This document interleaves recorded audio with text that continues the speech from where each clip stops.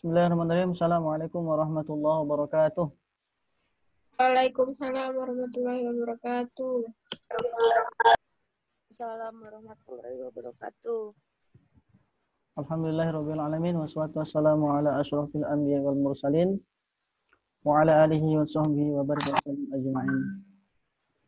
Alhamdulillah kita bisa bertemu kembali di pertemuan kedua ini di mata kuliah Pendidikan Agama Islam. Hari ini pertemuan kedua dan yang akan menyampaikan materi saya sendiri. Dan untuk materinya sudah saya upload di Philab ya, silahkan nanti dibaca. Nanti dibuatkan resumenya. Kemarin yang resume pertemuan pertama sudah saya nilai semua, mungkin juga sudah melihat ya. Ada beberapa koreksi yang perlu saya sampaikan terkait dengan resume. Pertama, kalau bisa resumenya bikinnya di laptop ya, jadinya enak mengeditnya. Yang kedua, diperhatikan cara menyusun resume itu sendiri. Di antaranya spasinya bagaimana mengaturnya, pengaturan huruf besar dan lain sebagainya. Ini latihan untuk nanti mungkin membuat tugas akhir ya. Nanti tugasnya itu dikoreksi nanti. Skripsi itu saya dicoret beberapa kali ya. Itulah nanti juga kalian akan membuat tugas akhir. Kemudian kalau bisa resumenya jangan copy paste langsung. Copy paste langsung, materi itu di copy paste kemudian dimasukkan dalam resume. Nah, makanya ada satu orang yang saya beri nilai 90 dikarenakan resumenya itu yang dimasukkan dia, apa yang saya jelaskan juga dicatat sama dia. Jadi di samping memasukkan resume materi-materi yang saya sampaikan, juga dia memasukkan materi yang diupload di itu sendiri di Philab sendiri. Baik, hari ini kita akan saya akan menyampaikan materi terkait dengan ma'rifatullah ya, sesuai dengan RPS kita. Bagaimana kita sebagai seorang muslim, ya, seorang muslimah, ketika kita tidak mengenal siapa Rabb kita, siapa Tuhan kita, maka kita akan salah dalam melangkah, salah jalan dalam hidup ini. Saya sudah siapkan juga di Philab, silakan nanti dibuka ya, dan dilengkapi dengan nanti yang apa saya sampaikan. Saya buka ini slide share screen-nya.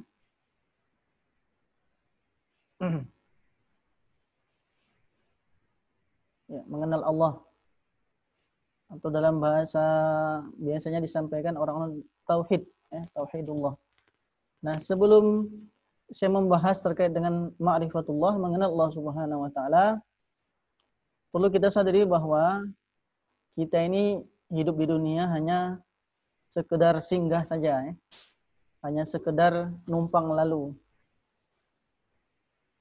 Kata seorang sahabat, kun fid dunya ka'annaka gharibun aw abirus sabil. Jadilah kalian di dunia ini hanya sekedar gharib, orang yang asing, atau hanya sekedar numpang lewat saja. Maka kita akan melewati fase-fase kehidupan. Yang fase kehidupan pertama sudah kita lewati, ya. Jadi kita akan melewati 4 alam dalam hidup ini. Alam pertama sudah kita lewati, yaitu alam rahim. Sekarang kita berada di alam kedua, alam dunia. Nanti kita akan masuk ke alam ketiga, namanya alam barzakh, alam kubur. Setelah itu kita akan masuk ke alam akhirat. Dan penentuan dari kehidupan kita sungguhnya adalah di alam akhirat sana. Kalau kita sekarang di dunia hanya sekedar untuk mencari bekal, mencari sangu, bahasa kita ya. Sebanyak-banyaknya agar kita nanti selamat di alam akhirat. Nah, setelah kita mati, setelah kita meninggalkan dunia ini, tidak ada satupun yang kita bawa kecuali amal-amal soleh. Nah, ini nanti yang akan kita lewati di alam akhirat. Ya, ada kehidupan sesudah kematian. Ini perjalanan kita. Kita sekarang di alam dunia, ya. Nanti akan masuk ke alam barzakh. Setelah semuanya mati, meninggal dunia di alam kubur, kita akan masuk ke hari kebangkitan, tentunya setelah ditiupkan sangkakala oleh malaikat Israfil. Masih panjang perjalanannya. Di padang mahsyar kita akan menunggu 50.000 tahun. Kita akan memasuki namanya syafaat, akan memasuki hisab, akan dibagikan catatan amal. Wa amma man utiya kitabahu biyaminih. Barang siapa yang dia dibagikan catatan amalnya di tangan kanannya, ya, fahuwa fi 'isyatir radiyah, dia dalam kehidupan yang diridhoi Allah Subhanahu wa taala. Wa amma man utiya kitabahu bishimalih, kalau dibagi catatan amal di tangan kiri, maka dia akan mengatakan celakalah aku. Itu baru bagi catatan amal, belum lagi mizan, penimbangan amal. Kemudian telaga Al-Kautsar. Ada juga setelah ditimbang langsung masuk neraka di sini. Kemudian diuji lagi keimanannya, ya. Di neraka nanti ada sirat. Di sirat ini kita akan melewati, kalau yang selamat lewat sini. Ada yang cepat secepat kilat, ada yang dia sekedip mata, ada yang berlari, ada yang seperti naik hewan, ada juga yang merangkak, bahkan banyak sekali yang kemudian dia tergelincir dan jatuh ke dalam neraka ini. Nanti ada lagi kontoro, baru kita masuk ke tempat asal usul kita dahulu Nabi Adam diciptakan, yaitu ke surganya Allah Subhanahu wa taala. Jadi panjang perjalanan kita. Nah, maka apa hubungannya dengan ma'rifatullah? Bahwa semuanya ini kita sebagai orang beriman harus meyakini semuanya diciptakan Allah Subhanahu wa taala. Maka ya, ketika kita menyadari ada yang menciptakan, maka kita harus mengenal siapa yang menciptakan ini. Nah, di dalam agama kita diajarkan dengan konsep namanya tauhidullah, yaitu ya mengesahkan Allah.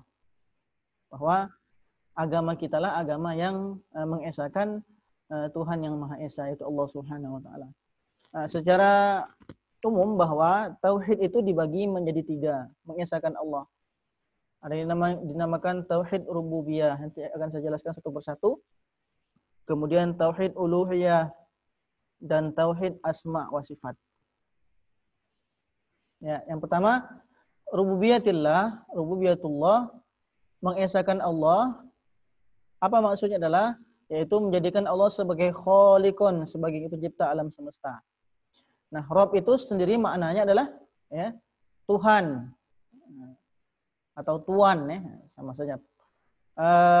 Penterjemahan ini sering dia menghilangkan kandungan makna yang sebenarnya. Ada 3 makna Tuhan yang sesungguhnya, yaitu ya, pencipta, sebagai pemberi rezeki, ar-razik, dan al-mulk, al-malik, yaitu sebagai pemilik. Nah, kita sebagai orang yang beriman harus meyakini bahwa Allah lah yang menciptakan segala sesuatu. Wa khalaqa kulli syai', dialah yang menciptakan segala sesuatu, baik yang telah tiada, yang sudah kita lewati, yang kita tidak sempat untuk menyaksikannya. Saya mengadmit dulu nih, dia masuk. Ya, kemudian yang lagi sekarang lagi kita nikmati, yang lagi ada, dan nanti yang belum kita saksikan. Apa itu? Nanti alam akhirat. Ya, kesemuanya itu harus kita imani sebagai bentuk ya, keyakinan kita kepada Allah. Karena secara bahasa, secara letterlek, al-iman itu artinya al-yakin. Yakin. Makanya dimasukkan dalam rukun iman yang pertama, antu'mina billah, yaitu beriman kepada Allah Subhanahu wa taala. Nah, kemudian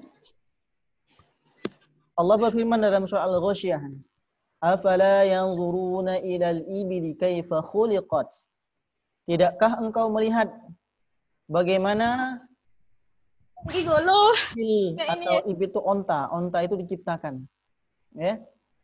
Ya, ini untuk mengenali Allah sebagai Sang Maha Pencipta segala sesuatu. Allah mampu untuk menciptakan hewan dan dia beradaptasi dengan di mana tempat dia tinggal, termasuk onta. Allah menciptakan onta agar bisa beradaptasi di padang pasir. Di antaranya Allah sediakan onta tangki air. Itu dalam tubuhnya dapat diminum kembali sehingga mampu berjalan berhari-hari tanpa minum, itu onta. kulitnya yang tebal, yang mampu melindungi panas, bahkan sampai 50 derajat, ya, setengah air mendidih. Mulut dan bibir onta sangat kuat, sehingga dengan mudah dapat makan tumbuhan berduri dan menghilangkan kelaparan. Nah, makanan padang pasir. Kaki onta itu juga lebar, sehingga walaupun tubuh onta besar, tapi dia tidak tenggelam ke dalam pasir. Karena kita ketahui bahwa di padang pasir di Arab itu sangat dalam-dalam sekali, pasir-pasirnya. Bahkan kulit di bawah kaki onta itu tebal, sehingga tapak kakinya tidak akan terbakar. Kalau lagi musim panas itu, ya, mungkin bisa mencapai 50 derajat Celcius di Arab Saudi itu. Begitu juga Allah menciptakan 2 lapis bulu mata onta agar mengapa? Agar dia bisa bergerak cepat seperti sebuah perangkap dan melindungi mata ketika ada badai pasir. Diketahui bahwa di Arab itu sering terjadi badai pasir. Orang menggunakan onta sebagai rohilah, sebagai hewan tunggangan yang membawa barang-barang yang kemudian kalau lagi badai pasir dia tetap bisa berjalan karena dia memiliki 2 lapis bulu mata. Dan itu sangat luar biasa. Ini baru onta, belum yang lain, belum bagaimana Allah menciptakan ba'udah, nyamuk. Bagaimana Allah menciptakan dabbah, lalat. Ya. Ini sebagai bentuk keyakinan akan keimanan kita kepada Allah, bahwa Allah yang Maha Pencipta segala sesuatu. Kemudian bagian dari rububiyatullah, yaitu Allah sebagai raziqan, sebagai pemberi rezeki, yaitu ar-raziq, bukan hanya mencipta. Allah pun juga memelihara alam semesta, ya, dan memberikan rezeki kepada semua makhluknya. Apa kata Allah? Wa ma min dabbatin fil ardi illa 'ala Allahi rizquha. Tidaklah hewan melata di bumi ini melainkan Allah yang memberikan rezekinya. Ya. Nah, jadi jangankan yang bisa berjalan, melata pun Allah berikan rezeki. Nanti di pertengahan kalau sudah penuh saya absen nanti ya. Saya absen, ini sudah masuk berapa orang? Saya lihat dulu. Sudah 23 orang ya. Nanti kita absen di pertengahan pertemuan. Jika sudah hadir semua. Bahkan ya, bukan hanya hewan melata saja. Semua makhluk yang di dalam air, yang di udara, bahkan yang merayap, perhatikan. Kalau kita sering nyanyi dulu masih kecil ya, cicak aja Allah beri rezeki. Allah beri rezeki. Cicak-cicak di dinding, diam-diam merayap. Datang seekor nyamuk, nyamuknya datang. Tapi ada istilah dalam agama kita terkait dengan rezeki, harus ada namanya kasab. Harus ada namanya usaha. Nah, cicak pun dia ada usahanya apa? Merayap. Nah, jadi jangan kita yakin kepada Allah, Allah yang memberi rezeki kita, tidak kerja jangan ada apa-apa. Bukan seperti itu. Dalam konsep agama kita, kita harus ada namanya teori kasab, yaitu usaha. Baru Allah akan memberikan rezeki atas hasil jerih payah usaha kita itu sendiri. Nah, kemudian orang-orang di masa jahiliyah, mereka itu banyak yang kemudian membunuh anak-anak mereka. Kenapa? Khosyata imlak. Karena mereka takut miskin. Takut tidak bisa beri makan anak-anaknya di zaman jahiliyah dulu. Padahal setiap anak, setiap diri kita, itu semuanya sudah tetapkan rezekinya semenjak 4 bulan dalam kandungan. 4 bulan dalam kandungan, apa kata Allah, apa kata Rasulullah? Bikatsbi rizkihi. Ini takdir yang Allah berikan kepada seluruh manusia yang dia sebelum dilahirkan, ditetapkan baginya rezekinya. Rezeki kita tidak akan tertukar dengan orang lain. Ya. Kalau sekiranya selama hidup di dunia ini Allah beri jatah kita misalnya 1 triliun uang misalnya, dari mulai lahir sampai kita meninggal dunia, Allah tidak akan mematikan kita sebelum kita mendapatkan ya dengan jumlah yang 1 triliun itu. Nah, jadi kita tidak boleh iri dengan orang lain karena rezeki itu tidak akan tertukar. Ya, tidak akan tertukar. Nah, maka sebagai orang yang beriman kita harus yakin bahwa Allah telah menetapkan bagi kita rezeki kita, wa ajalihi, ajal kita, wa amalihi, amal-amal kita, wasaqiyun aw sa'idun. Begitu juga dengan kebahagiaan atau kesengsaraan kita nanti. Nah, begitu juga dengan mendapatkan rezeki. Ini ada berbagai macam cara, ya. Nah, kemudian banyak orang yang kemudian salah dalam kemudian memahami bahwa yang memberikan rezeki itu ya bukan Allah, hingga akhirnya dia berusaha untuk mengambil jalan pintas, yaitu dengan mensekutukan Allah Subhanahu wa taala. Nah, nanti di akhir saya akan sampaikan terkait dengan masalah syirik dan contoh-contoh syirik di masa modern ini ya. Dengan apa? Dengan datang ke dukun. Itu ada itu. Ya, datang ke dukun, dia memberikan sesembahan kepada gunung atau kuburan atau persugihan, itu banyak itu. Ya. Yang ingin kaya dengan cepat sehingga akhirnya bersekutu dengan jin. Nah, agar usaha lancar. Nah, di Belitung pun banyak juga ya. Dulu ada sebuah warung makan, dulu saya pernah dengar cerita itu. Di sebuah tempat itu ya, dia menggunakan wasilah jin. Ketika orang makan makanan di tempat dia, di tempat tersebut, itu bagi orang yang makannya terasa enak. Kenapa terasa enak? Ternyata ya di mangkoknya, di piring tempat dia makan tuh ada jin yang mengaduk-ngaduk makanannya. Nah, makanya kalau kita makan tuh baca bismillah, jangan lupa ya. Kalau kita datang ke dukun untuk meminta rezeki, meminta bantuan jin, maka ya, kita terkategori nanti perbuatan yang melanggar agama kita dan termasuk dosa besar yang tidak Allah akan ampuni, yaitu perbuatan syirik. Ya. Nanti kan kita jelaskan. Kemudian begitu juga dengan rububiyatullah, yaitu sebagai malikan, yaitu sebagai pemilik alam semesta. Nah, Allah itu adalah Maha Pemilik yang memiliki semua yang kita miliki. Ya. Kalau dia pemilik, dialah yang berhak untuk mengambil apa yang kita miliki. Karena hakikatnya bahwa yang kita pakai saat ini atau yang sekarang kita miliki, mata, telinga, fasilitas dunia lainnya, itu sebenarnya bukan kita yang milik. Tapi kita hanya diberikan Allah hak pakai saja. Mata ini walau punya kita, tapi kita punya hak pakai cuman. Punya hak pakai saja. Nah, jadi ya, kalau Allah ingin mengambil mata kita, kita mau apa? Bahkan Allah mau mengambil nyawa kita pun, kita mau apa? Kita nggak sanggup apa-apa. Karena Allah yang Maha Pemilik. Maka ketika Allah yang memiliki segala sesuatu, maka ya, ketika kita pakai mata kita, telinga kita untuk hal-hal yang tidak baik, maka di akhirat akan Allah mintai pertanggungjawaban. Baik, sebentar ada yang masuk. Sebentar ya.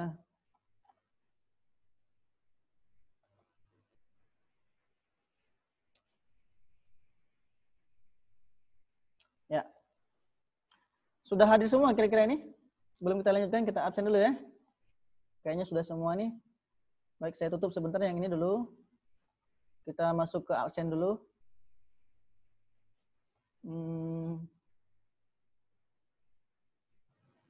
Sebentar, nanti saya panggil namanya di sebut hadir ya.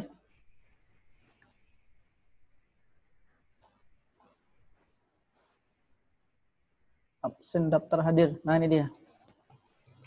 Baik, saya absen dari Amalia. Ada Amalia?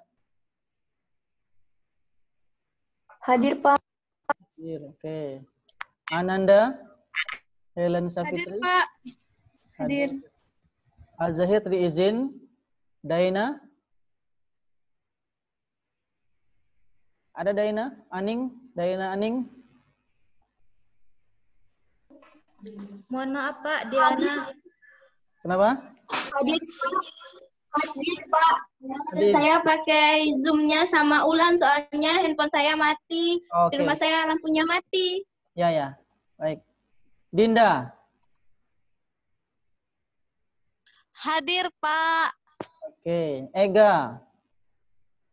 Hadir, Pak. Pika? Hadir, Pak. Gary? Ada Gary?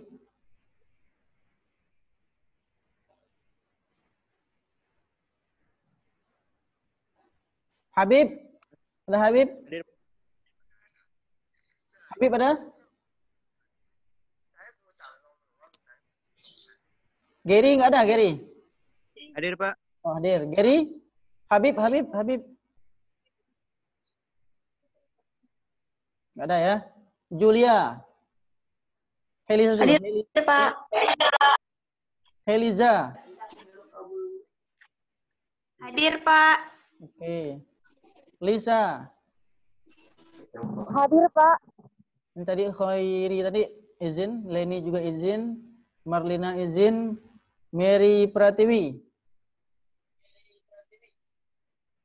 Ada Mary? Mary ada? Lewat ya, nanti kita tanya lagi di akhir. Mirnawati, ada? Hadir, Pak. Nabila? Hadir, Nabila. Oh, ada nih. Nabila Dewi. Hadir, Pak. Neni? Hadir, Pak. Nur Fajriyah? Hadir, Pak. Nurliana? Hadir, Pak. Oke. Petrus ini Kristen. Putri? Hadir, Pak. Oke. Sarah Suci Lestari? Sarah Suci Lestari. Lewatkan selfie. Hadir, Pak. Selfie. Serpli. Hadir, Pak. Selvia. Hadir, Pak. Sisi. Hadir, Pak. Sisi. Ini Sisi. Sisi Finanti. Mana Sisi Finanti? Ada? Kata Nete, tak bersinyal, Pak. Tidak bersinyal? Tujuan juga di tempat dah. Oh ya. Tidak bersinyal. Ke kampus sebenarnya nggak apa-apa, dipersilahkan ke kampus, pakai wifi kampus boleh sebenarnya. Nanti kita pesan lagi ya. Sri Megia. Hadir, Pak. Ulan. Tadi Ulan ada ya? Hadir, Pak. Mm-mm. Hadir. Yulianti. Hadir, Pak. Oke, tadi yang belum ada. Ini yang absen yang akan dikirimkan ke Pangkal Pinang ini ya, kalau nggak salah ya. Nanti kalau absen yang dari Bapak sendiri nanti silakan di absen diisi di Philip ya, ada ya. Untuk arsip Bapak. Habib ada, Habib tadi? Nantilah kita lagi ya, sebelum ini kan belum dikirimkan, baru di absen saja. Nanti yang belum hadir Bapak tanya lagi. Oke, baik.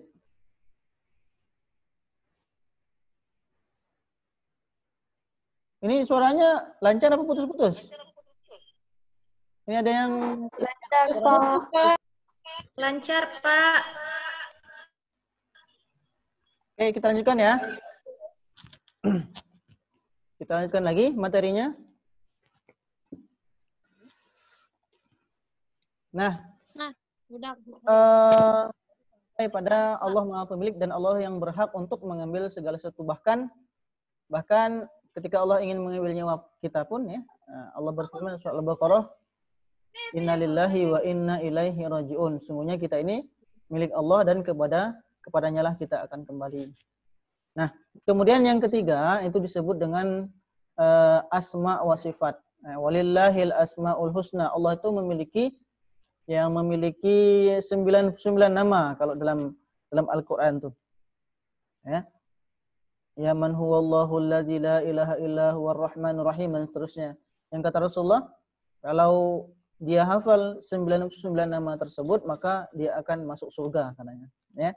Tapi maksud di sini bukan hanya hafal saja tapi juga mengamalkan apa yang merupakan bagian dari Asmaul Husna, nama-nama Allah tersebut. Kalau misalnya Allah Maha mendengar As-Sami, maka kita akan menggunakan pendengaran kita dan kita tidak akan mendengar hal-hal yang dilarang Allah. Kalau Allah Al-Basir, Allah Maha melihat, maka kita akan menggunakan semua anggota tubuh kita untuk hal-hal yang baik. Karena kita tahu Allah mengetahui segala yang nampak ataupun yang tersembunyi dan seterusnya. Itu bukan hanya sekedar nama saja, tapi pengamalan atas apa yang kita lakukan. Baik. Nah sekarang bagaimana jalan at-thariq ila ma'rifatillah? Bagaimana jalan kita menuju ke pengenalan Allah yang sesungguhnya? Yaitu dengan cara 3 macam. Di antaranya pertama yaitu ayat-ayat qauliyah. Qauliyah itu qaul, perkataan. Yaitu firman Allah Subhanahu wa taala. Itu Al-Qur'an. Mukjizat yang diturunkan kepada nabi kita, Nabi Muhammad SAW, dan penyempurna dari kitab-kitab yang diturunkan sebelumnya. Taurat, Injil, dan Zabur. Ya. Nah, kemudian begitu juga dengan ayat-ayat kauniyah. Apa itu? Yaitu penciptaan alam semesta. Apa yang kita lihat di alam semesta ini, itu namanya ayat kauniyah. Dan yang selanjutnya yaitu mukjizat. Nah, mukjizat itu khariqun 'alil 'adah. Sesuatu hal yang di luar nalar manusia yang hanya Allah berikan kepada nabi dan rasul yang telah lewat, dan sekarang tidak ada lagi mukjizat itu. Namanya sudah berbeda. Kalau sekarang ada orang yang bisa misalnya berjalan di atas air mungkin ya. Mungkin bisa menghilang, itu enggak ada lagi zaman sekarang. Ya. Nah, ini salah satu ayat kauniyah. Dalam surah Ar-Rahman Allah sebutkan marajal bahraini yaltaqiyan. Itu ada dalam surah Ar-Rahman. Orang kemudian meneliti ya, di Laut Tengah Samudra Atlantik, kalau nggak salah di Selat Gibraltar. Itu ada sebuah laut yang benar-benar berpisah antara air laut yang asin dengan air laut yang tawar. Berpisah itu kayak sejenis dinding. Itu ada. Dan ternyata Al-Qur'an yang Allah turunkan kepada Rasulullah itu pun mencantumkan ayat terkait dengan tanda-tanda kauniyah Allah ini. Nah, ini kemudian orang yang meneliti ini masuk Islam ini. Dikarenakan dia melihat kondisi sesungguhnya dengan apa yang ada dalam Al-Qur'anul Karim. Nah, ya. Itu ayat kauniyah. Kemudian kalau ayat kauliyah bertanya tentang kemahaesaan Allah, tentu dengan membaca surat Al-Ikhlas pun ya, orang-orang sudah meyakini bahwa Allah itu yang Maha Esa. Qul huwallahu ahad. Allah, katakanlah Allah yang Maha Esa, Allahus Samad. Ya, lam yalid wa lam yulad, tidak beranak dan tidak diperanakan, wa lam yakul lahu kufuwan ahad, dan tidak ada sesuatu pun yang bisa menyaingi ya, menandingi Allah Subhanahu wa taala. Contoh misal ada seorang ulama namanya Fudail bin Iyad ini. Ini luar biasa keislaman dia. Jadi Fudail bin Iyad ini seorang preman di zamannya. Seorang perampok yang dia ini memiliki fisik yang kuat, yang memiliki keahlian dalam berperang, keahlian dalam membunuh. Kalau orang merampok tuh biasanya rame-rame, kalau dia merampok tuh sendiri. Dan kebiasaan Fudail bin Iyad ini, ya, dia kalau merampok itu sebelum dia mengambil hartanya, dia bunuh dulu orangnya. Merampok di padang pasir, ada kafilah dagang misalnya, langsung dia datangi, dia bunuh orangnya dulu, baru dia ambil barang-barangnya. Ini Fudail bin Iyad. Ya, Fudail bin Iyad. Nah, kemudian ya, kalau misalnya seseorang bertemu dengan Fudail bin Iyad, dia meminta ampun, ya Fudail, mohon ampuni saya akan berikan seluruh hartanya, gak sempat lagi. Langsung dia bunuh dulu, penggal kepala dulu, baru dipreteli barang-barangnya. Ini Fudail bin Iyad, preman di masanya. Dan sekarang beliau ini ya, dikenang oleh umat Islam, kaum muslimin sebagai sebagai seorang syekh, sebagai seorang ulama. Dan menarik sekali ketika kenapa kemudian beliau bertobat kepada Allah Subhanahu wa taala, dikarenakan mendengar ayat ya, surat 59 ayat 16 surah Al-Hadid. Suatu hari beliau lagi keluar rumah mau mencuri. Tiba-tiba pas keluar rumah, nah beliau mendengar ada orang yang lagi sholat tahajud, sholat malam, lagi membaca ayat surat Al-Hadid ayat 16. Alam ya'ninil ladzina amanu an takhsha'a qulubuhum li dzikrillah. Apakah ya'ninil ladzi, ya, orang-orang yang kemudian mereka tidak sadar akan mengingat Allah Subhanahu wa taala. Masuk dalam hatinya. Dia langsung sadar akan dosa-dosanya yang telah membunuh banyak sekali orang. Langsung dia menangis hanya mendengar ayat tadi. Hanya karena mendengar ayat tadi. Kemudian setelah itu dia masuk ke masjid, dia cari rumah di mana untuk menenangkan diri, dia masuk ke dalam masjid. Orang masyarakat tahunya dia adalah seorang pembunuh. Ya. Masuk ke masjid, dia menangis. Udah mau masuk waktu subuh, kemudian itu takmir masjid ini kalau di zaman dahulu ini mereka menghidupkan pelita-pelita, obor-obor ya. Ketika mereka masuk masjid, mereka melihat ada Fudail bin Iyad yang terkenal sebagai seorang pembunuh. Langsung kabur itu. Takmirnya langsung kabur, ketakutan. Dia takut dibunuh juga. Nah, kemudian begitu juga dengan masyarakat-masyarakat yang lain yang kemudian mereka juga menunda diri untuk sholat subuh. Hingga hampir selesai, habis waktu masuk subuh, kemudian baru mereka masuk dan menanyakan kepada Fudail bin Iyad. Ya. Kemudian apa yang mereka tanyakan? Untuk apa engkau ke sini wahai Fudail bin Iyad? Kata Fudail bin Iyad, saya telah bertobat kepada Allah Subhanahu wa taala. Semenjak itu kemudian Fudail bin Iyad bertaubat, dia membaca buku, dia menghafal Al-Quran, membaca literasi Islam, kemudian dia menjadi seorang ulama. Nah, itu salah satu ayat kauliyah yang membuat seseorang kemudian dia menjadi yakin bahwa adanya Allah Subhanahu wa taala. Dan itu banyak orang-orang yang pintar, bahkan ilmuwan Kristen itu banyak yang masuk Islam dikarenakan dia menyocokkan antara ilmu pengetahuan dan teknologi kepada Al-Quranul Karim. Ya, termasuk salah seorang dokter yang menyebutkan bahwa jelas bagi seorang laki-laki itu dia memiliki kalau bayi laki-laki dia meminum susu ibunya itu 2 kali lipat dibandingkan dengan perempuan.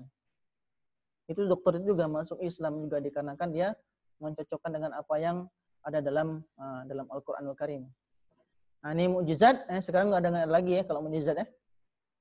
Yang ada kalau orang yang memiliki kemampuan di luar nalar manusia, mungkin dia memiliki yang dinamakan karomah atau ma'unah. Karomah itu ya kemuliaan Allah, ma'unah itu pemberian Allah Subhanahu wa taala. Tentunya kita lihat dulu orang ini seperti apa kesehariannya. Kalau dia ahli syirik, ahli yang menyekutukan Allah, mungkin dia bersekutu dengan jin.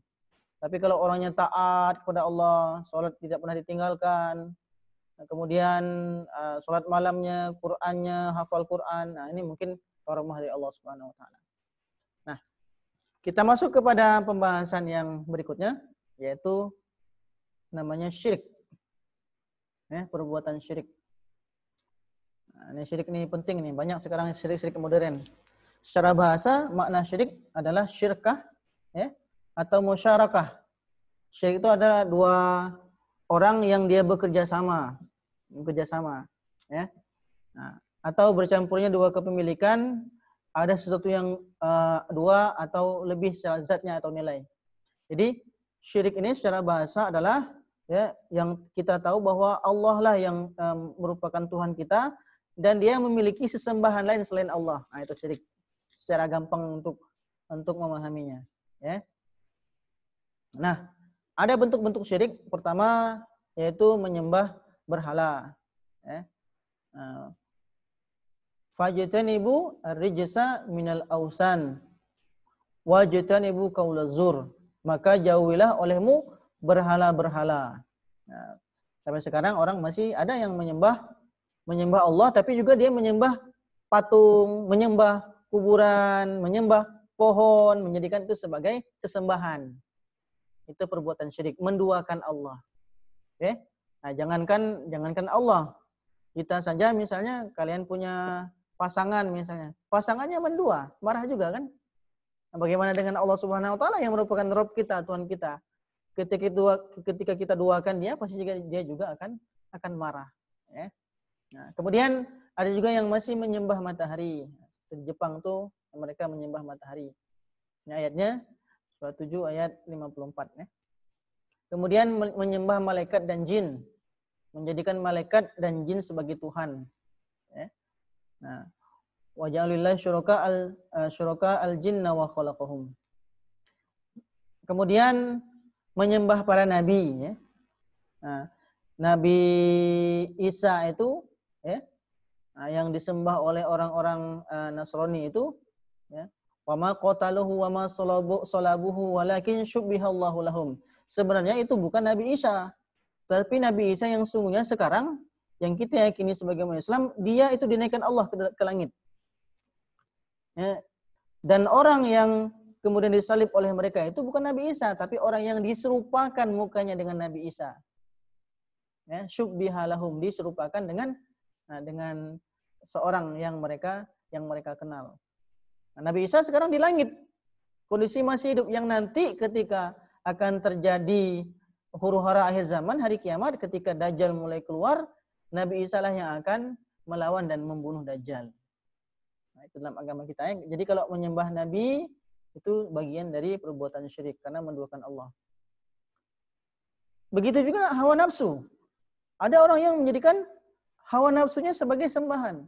Afara'aita man ittakhadha ilahahu hawahu. Maka pernahkah kamu lihat orang yang menjadikan hawa nafsunya sebagai Tuhannya? Tidak lagi menuruti perintah Allah, tapi yang dia turuti hawa nafsunya. Apa yang dia inginkan dari nafsunya dia turuti. Juga itu sama, bentuk syirik juga. Nah, ada macam-macam syirik, di antaranya namanya syirik al-azim, yaitu syirik besar. Syirik besar ini yang tadi menyembah berhala, kemudian menyembah patung, menjadikan nabi. Nah, ada juga namanya syirik al-asghar, syirik kecil, yang biasanya disebut oleh ulama sebagai penyakit riya. Nah, riya itu sebagai bagian dari syirik kecil, ya. Syirik kecil. Maka kalau kita berbuat riya itu sebenarnya syirik kecil. Nah, ini ada bahaya-bahaya syirik. Bahaya-bahaya syirik. Yaitu, ya Allahumma inna na'udzubika min an nusyrika syai'an na'lamuh wa nastaghfiruka lima la na'lamuh. Semoga kita dihindarkan Allah dari perbuatan syirik yang kita ketahui dan yang tidak kita ketahui, ya. Dan syirik asyirku fikum akhfa min dabib an-naml. Syirik yang ada pada diri kalian itu lebih samar dibandingkan semut hitam. Nah, ini dampaknya bahaya syirik di dunia. Dia akan mendapatkan kezaliman yang besar. Yang kedua, dia sebagai penyebar rasa takut. Dan bahaya syirik di dunia itu kehinaan manusia. Jadi orang yang melakukan sebagai praktisi, kemudian dia yang berhubungan dengan perbuatan syirik tersebut, dia tidak hanya hina di dunia, tapi juga dia akan dihinakan Allah di akhirat. Di antaranya di akhirat Allah akan hapus amalnya. Walau asyraku lahabitu anhum ma kanu ya'malun. Sekiranya manusia mereka mempersekutukan Allah, lenyaplah amalan yang telah mereka kerjakan. Nah, makanya ketika seseorang datang ke dukun, misalnya mau bisa lulus PNS, mau lulus ujian, mau lulus tempat ngelamar kerja, atau misalnya kalau sekarang mungkin pelet laki-laki itu, langsung amal-amal baik yang dilakukan sebelumnya itu langsung terhapuskan. Bahkan kata Rasulullah, man ata kahinan, siapa yang datang ke dukun, maka 40 hari sholatnya itu hangus. Itu baru datang. Baru datang saja. Dan apabila dia membenarkan apa yang dikatakan oleh dukun tersebut, ya, faqad syaraka, maka sesungguhnya dia telah syirik. Nah, kalau syirik semuanya terhapus amal-amalnya. Nah, ini bahaya jadi perbuatan syiriknya. Kemudian di akhirat orang yang berbuat syirik dia tidak akan mendapatkan ampunan Allah Subhanahu wa taala. Innallaha la yaghfiru ay yushraka bihi wa yaghfiru ma duna dzalika liman yasha.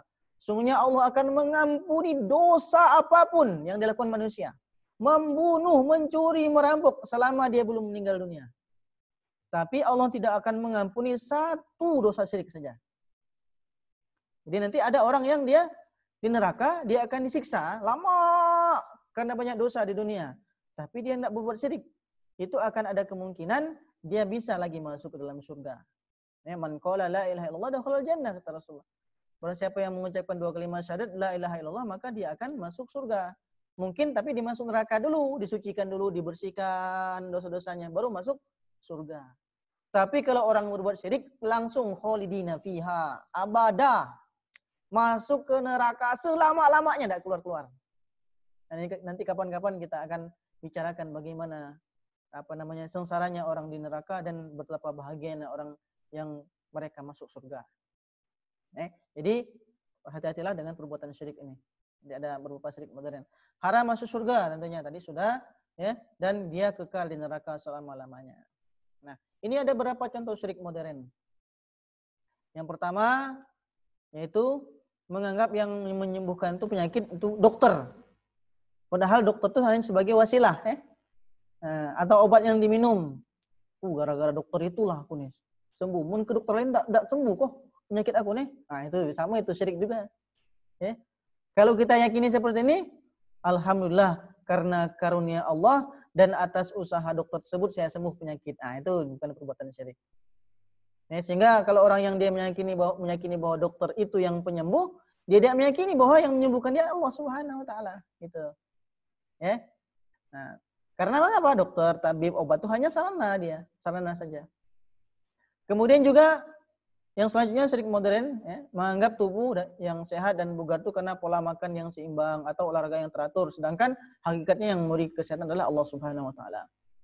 Kemudian jabatan yang diperoleh karena kepintaran. Nah, ini yang dia menuhankan hawa nafsunya. Kedekatan atau kepiawaiannya dalam memanfaatkan bantuan orang lain. Padahal qulillahumma malikal mulki tu'til mulka man tasya. Katakanlah bahwa Allah yang memberikan kekuasaan terhadap segala sesuatu dan Allah juga yang akan mengambil. Panen melimpah, ini gara-gara akulah nih, memang aku pun petani profesional itu misalnya, juga perbuatan yang terkategori syirik modern. Anak-anak pintar itu karena gizi ya, yang kita berikan, padahal Allah yang Maha Kuasa mencerdaskan seseorang. Kemudian ya biasa sampai ke tujuan tepat waktu karena kepintarannya menyetir, padahal yang memberikan keselamatan adalah Allah Subhanahu wa taala. Mempertuhankan undang-undang buatan manusia, ya, dan lain sebagainya. Nah, contoh misalnya ya, yang zaman sekarang yang mungkin masih ada mungkin di antara kita yang masih menggunakan kesyirikan dalam bentuk ramalan horoskop, feng shui, ramalan bintang itu termasuk syirik itu. Ramalan rasi bintang tuh. Apa itu namanya tuh? Scorpion lah, apa itu namanya? Sagittarius sama. Apalagi itu? Apa Libra itu. Itu kan yang buat itu manusia itu.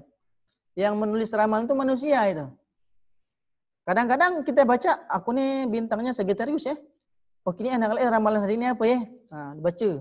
Dan memang kadang-kadang pas dengan kondisi kita waktu itu. Oh, Anda Sagittarius tanggal minggu ini, pekan ini, kondisi tubuh sehat, keuangan baik, apa asmara dengan dia lagi baik, misalkan ya itu ya.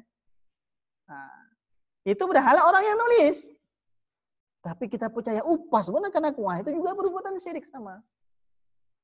Ya, ramalan misalnya yang digandrungi kaum remaja sekarang, dalam pemuda, yaitu meramal masa depan. Itu dalam game juga sekarang sudah banyak itu. Dalam game-game ya. Meramal tentang masalah karir, pencintaan. Padahal ya, ramalan bintang itu berasal dari tradisi mitologi Yunani yang menuhankan dewi-dewi mereka yang berwujud bintang-bintang. Jadi untuk membersihkan kita agar kita bisa melangkah ke step berikutnya menjadi manusia yang lebih baik, kita bersihkan kita dari syirik. Inilah fondasi dasar kita. Ya, fondasi dasar kita. Baik, kemudian ada juga yang bentuk SMS. Jodoh misalnya. Silakan, harus ada yang masuk lagi nih. Nabila dan Mirnawati. Ketik rek spasi jodoh. Kirim ke ini, kemudian akan diberitahukan jodoh Anda di masa depan siapa. Nah, itu ramalan itu. Ya. Klik rek spasi misalnya kerja Anda di masa depan adalah ini misalnya. Itu juga sama ya. Dan sekarang itu banyak yang di masa modern ini itu penayangan film-film horor itu. Penayangan film-film horor yang merusak keimanan. Film-film mantu inilah, pocong lah, sandal bolong lah. Yang kemudian merusak keimanan, akhirnya orang percaya. Percayanya ke hantu, enggak percaya lagi kepada Allah Subhanahu wa taala. Banyak orang yang terprovokasi karena sering menonton film-film horor, film-film hantu, kegiatan-kegiatan paranormal di televisi, akhirnya dia banyak meyakini tentang masalah kemusyrikan dibandingkan percaya kepada Allah Subhanahu wa taala. Nah, jadi yang gila sering nonton film-film horor ya. Nah, takut kini terbawa ke dalam bawah sadar kita bahwa itu adalah salah satu perbuatan yang mengarah kepada kemusyrikan. Nah, ini ada beberapa gambar contoh ya, perbuatan syirik, datang ke dukun, Kemudian dukun cinta ditolak, dukun bertindak, ini dia. Mantra sihir termasuk santet, termasuk kemat, bahasa kita ya. Termasuk susuk, segala macam. Itu masih banyak orang Belitung yang memakai. Susuk, kemat, biar laga kan. Biar auranya aura laga terus walau tua. Itu banyak itu yang memakai itu. Ya. Alhamdulillah kita nih di Tanjung Pandan ini di kota ini sudah tidak banyak lagi. Tapi di daerah darat sana mungkin masih banyak orang yang memakai hal-hal seperti ini ya. Nah, ini kita bersihkan dari kita. Kemudian nyembah batu, nyembah kuburan, nyembah batang. Nah, ini salah satunya yang tradisi yang masih ada di tempat kita ini. Nah, yaitu kita tunduk dengan hantu laut. Nah, akhirnya manusia memberikan sesembahan kepada hantu laut. Tradisi kita di Belitung ini masih ada ini. Ini salah satu perbuatan kemusyrikan. Kalau kita tahu ini perbuatan kemusyrikan, kita jangan andil di dalamnya agar kita tidak terjerumus kepada perbuatan syirik. Bahkan di game pun ada itu sekarang. Pandai orang masukkan di game. Di game itu yang ada fatwa Dr. Zakir Naik, ulama India itu, di game PUBG itu ada itu perbuatan syirik. Apa? Ada sebuah tempat di game PUBG itu yang dia ketika orang masuk ke sebuah daerah, kalau dia nyembah berhala, nyembah patung, nanti dapat senjata, dapat ini segala macam. Kan itu cuma mainan, gitu kan. Nah, tapi yang menjadi playernya kita, nah, itu kita yang jadi orang yang dalam permainan tersebut. Jadi rekan-rekan sekalian, para mahasiswa-mahasiswi sekalian, semoga pembelajaran agama ini lebih kemudian mampu membersihkan kita dari perbuatan-perbuatan syirik dan menjadikan kita semakin mengenal Allah Subhanahu wa taala dan menyadari bahwa diri kita hidup di dunia ini hanya sekedar sebatas persinggahan saja, sekedar beramal soleh saja. Kalau tauhid ini kita tanamkan, kita benamkan dalam jiwa kita, nanti dimanapun kita akan berada, ya, baik nanti bekerja sebagai perawat, bekerja sebagai pelayan di puskesmas, ya, ketika ini bersih perbuatan syirik, insya Allah kalau kita masih banyak dosa-dosa yang lain kita akan selamat. Tapi kalau masih ada syirik ini dalam kita, dalam keluarga kita, dalam masyarakat kita, kita akan berbahaya baik dalam kehidupan dunia maupun kehidupan akhirat. Baik, ini yang bisa saya sampaikan pada kesempatan hari ini. Kemarin ada yang bertanya, kan minggu depan itu seharusnya yang presentasi kelompok 1. Tapi kebetulan memang pekan depan itu tanggal merah ya. Tanggal merah. Saya sudah konsultasi dengan bagian prodi bahwa nanti untuk minggu depan kita menggunakan Philip saja katanya. Karena Philip itu bagian dari sama kayak kuliah juga katanya. Jadi pakai Philip nanti ya.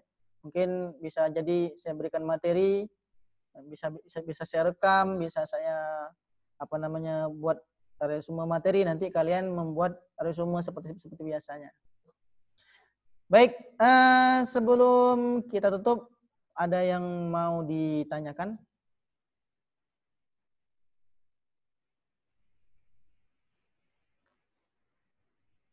Ada yang mau ditanyakan? Ada yang mau didiskusikan?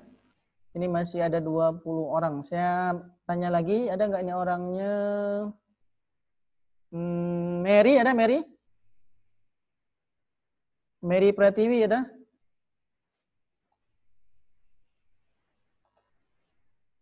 Mary ada, Mary?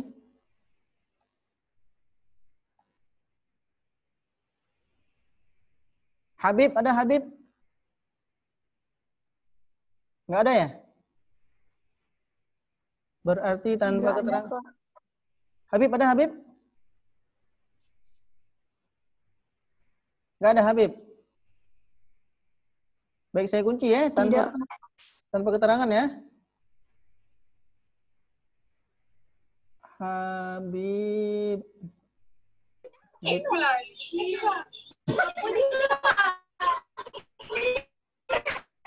Habib ada? Habib ada? Ada info Habib? Takut ada apa-apa misalnya? Ini Sri Megia. Nggak ada ya? Nggak ada informasi izin apa-apa gitu? Tidak ada itu Pak, tidak ada dia chat-chat gitu. Nggak ada keterangan berarti ya? Nggak ada keterangan berarti ya? Alfa ya? Iya, Pak. Kemudian Mary Pratiwi ada? Mary Pratiwi? Mary ada?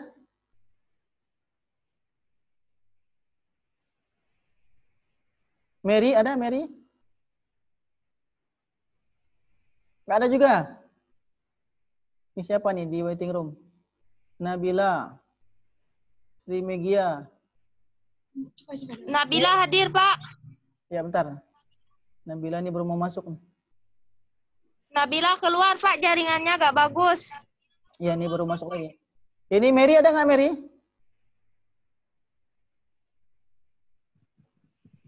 Ini yang mau dikirim ini ya? Yang mau Tidak dikirim. ada, Pak. Nggak ada. Baik. Sarah Suci Lestari ada? Sarah Suci Lestari ada? Tidak ada, Pak. Tidak ada. Oke. Sisi, ada Sisi? Hadir, Pak. Oke, hadir. Sisi hadir. Ya, udah semua ya. Baik, ada yang mau ditanyakan rekan-rekan sekalian? Ada yang mau didiskusikan?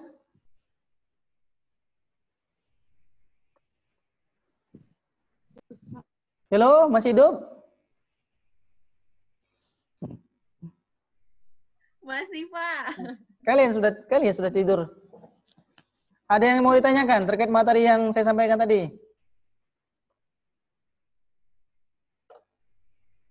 Ayo, mahasiswa harus banyak diskusi.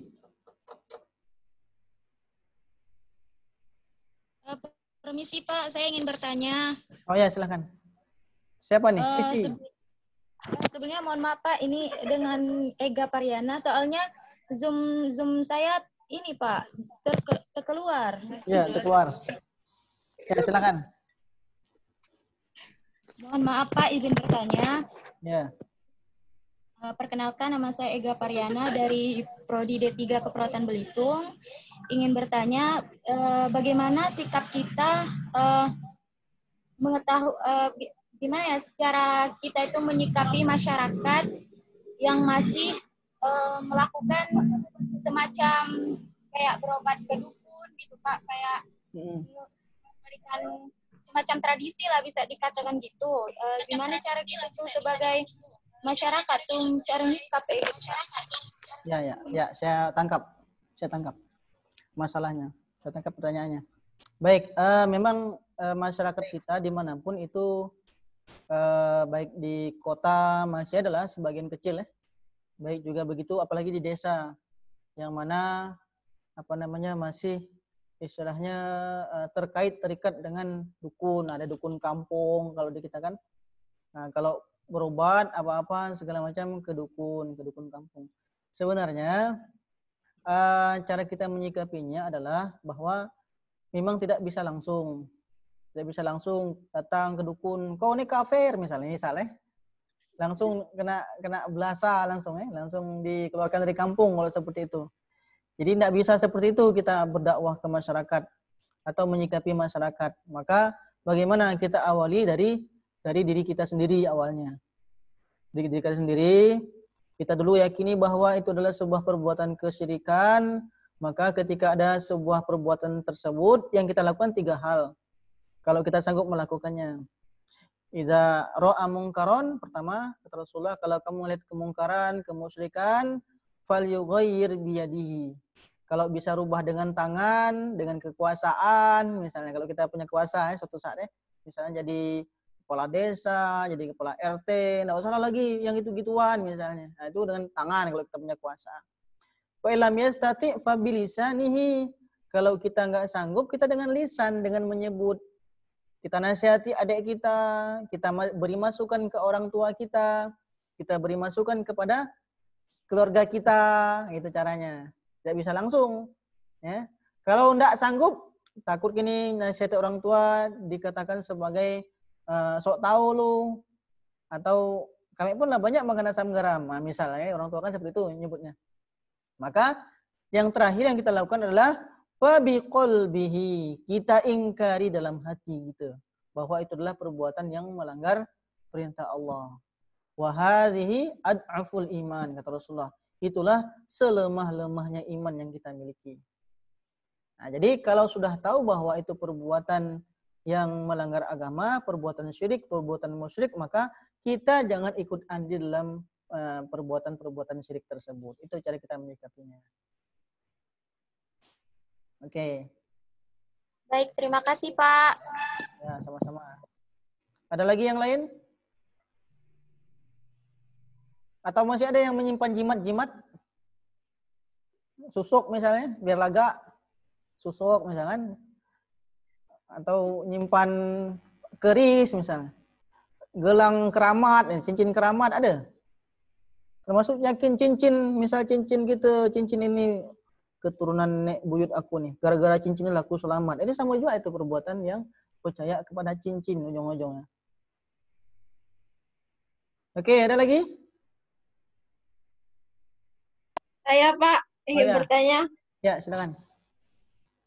Perkenalkan, nama saya Vika Aradini Syawala. Ingin bertanya, Pak, gimana kalau misalnya kan ada dukun, terus dia tuh embel-embel menyembuhkan penyakit seseorang tuh menggunakan doa atau ayat-ayat Al-Quran, dan dia bilang tuh tidak menggunakan ilmu hitam. Oh ya, begini. Jadi jin dan setan tuh dia bukan tidak hafal ayat-ayat Al-Quran sebenarnya. Mereka tuh juga hafal ayat-ayat Al-Quran. Ya. Bahkan ada orang yang diruqyah itu dia bisa baca surat-surat Al-Quran. Jadi ada wasilah syirik itu namanya rajah. Rajah itu dibuat bagaimana orang tadi bisa kebal, ya kan? Nah, kemudian bagaimana orang tadi dia terhindar dari musibah katanya ya. Padahal itu adalah tipu daya setan. Jadi dibuat itu tulisan Arab. Qul huwallahu ahad itu tulisan Arab itu. Ya rajah itu untuk ilmu kebal itu. Ditaruh di pinggang ini. Nah, sebagai wasilah. Dan itu adalah inna kaidah syaitani azim. Sesungguhnya itu tipu daya sebenarnya. Jadi orang dia menghafal, dia mengucapkan ayat-ayat suci Al-Quran itu untuk menipu daya manusia. Agar ini apa namanya pengobatannya walaupun dia misalnya paranormal tapi tetap baca Al-Quran Islami ini kata. Islami ini. Tapi sebenarnya di balik itu dia bersekutu dengan jin. Saya dulu pernah punya keluarga yang apa namanya yang dia tukang jampi lah istilahnya, dukun lah.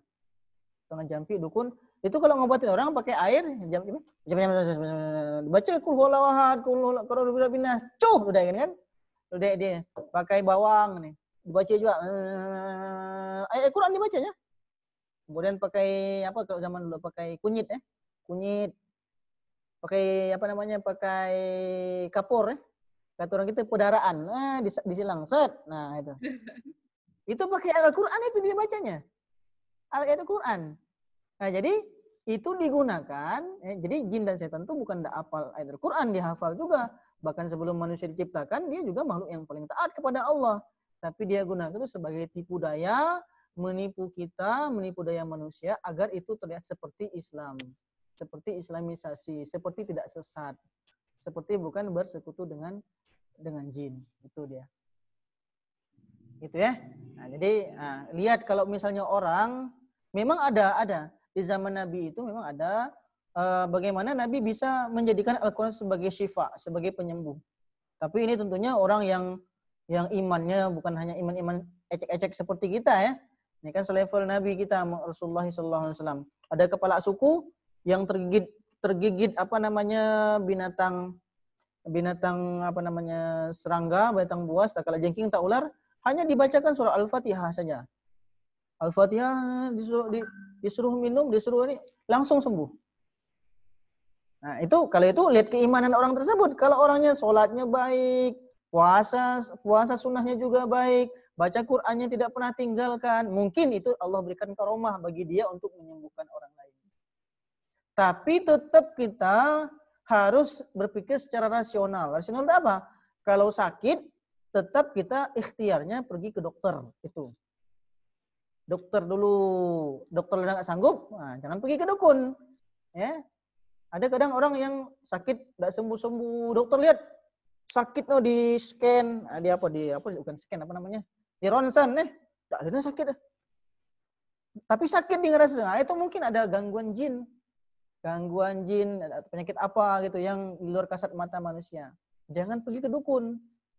Karena mengapa? Nah, itulah tipu daya dia agar kita datang ke dukun, akhirnya kita disesatkan oleh dia. Nah, kemudian setelah itu baru kita yakin kepada dukunnya, kemudian kita jadi orang yang berbuat syirik. Baik, itu mungkin. Ada lagi yang mau ditanyakan? Pak, izin bertanya. Silahkan.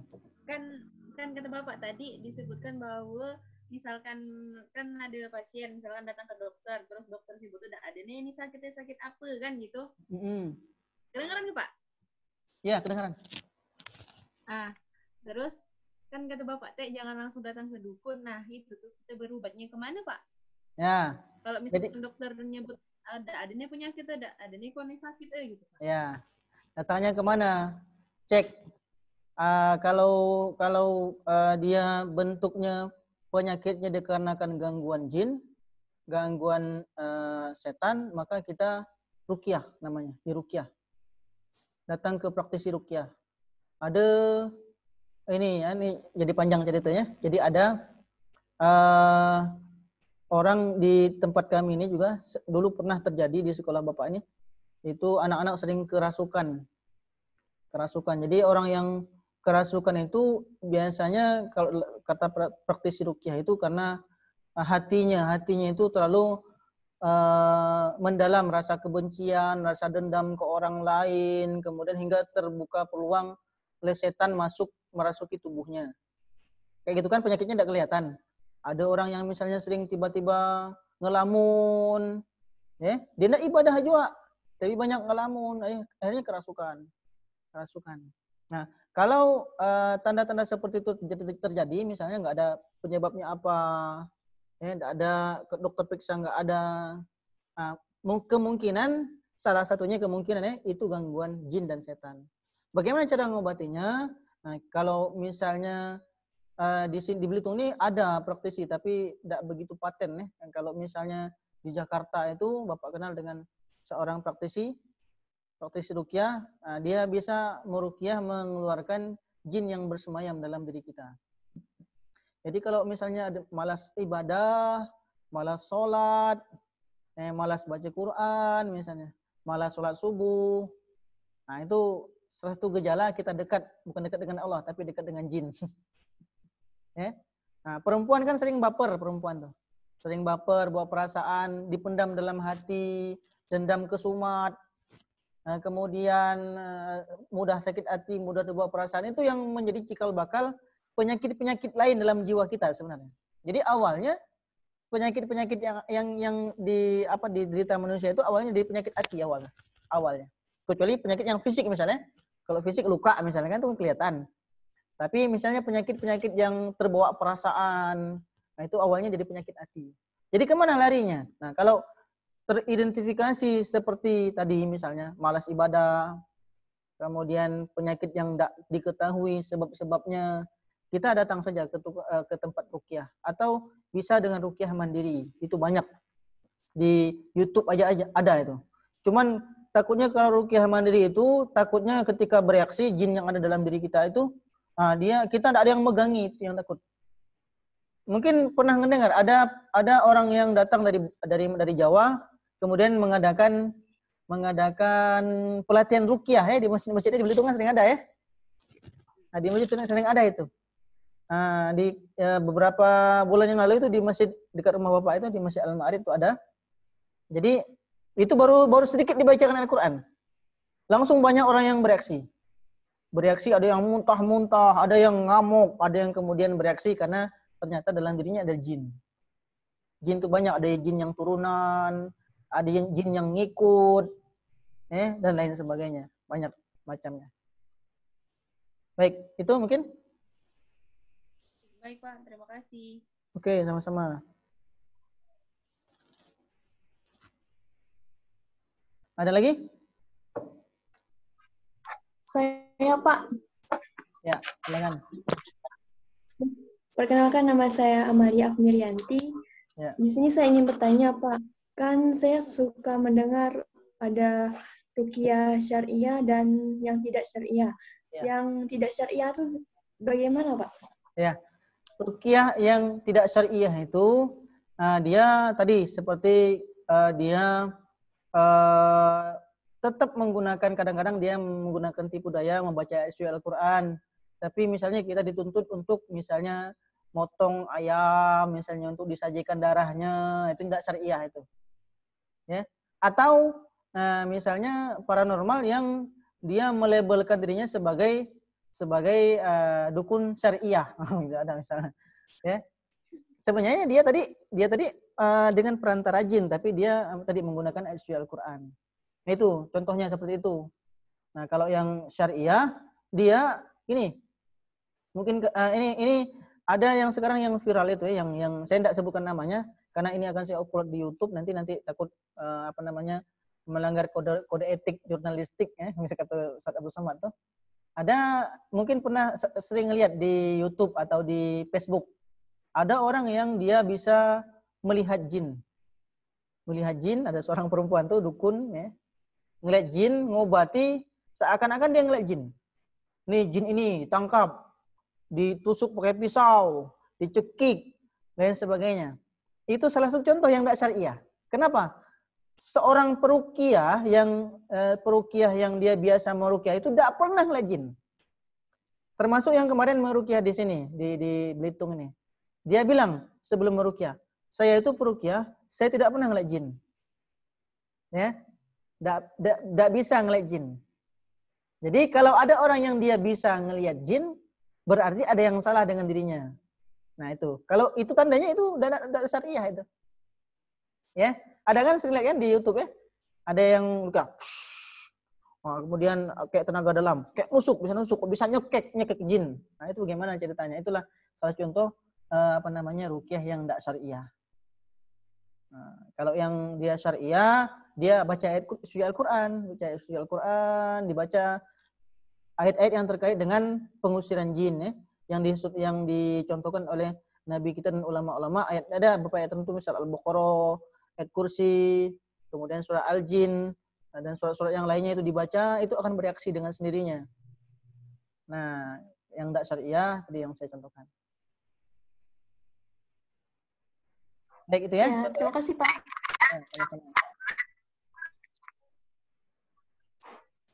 Baik, ada lagi?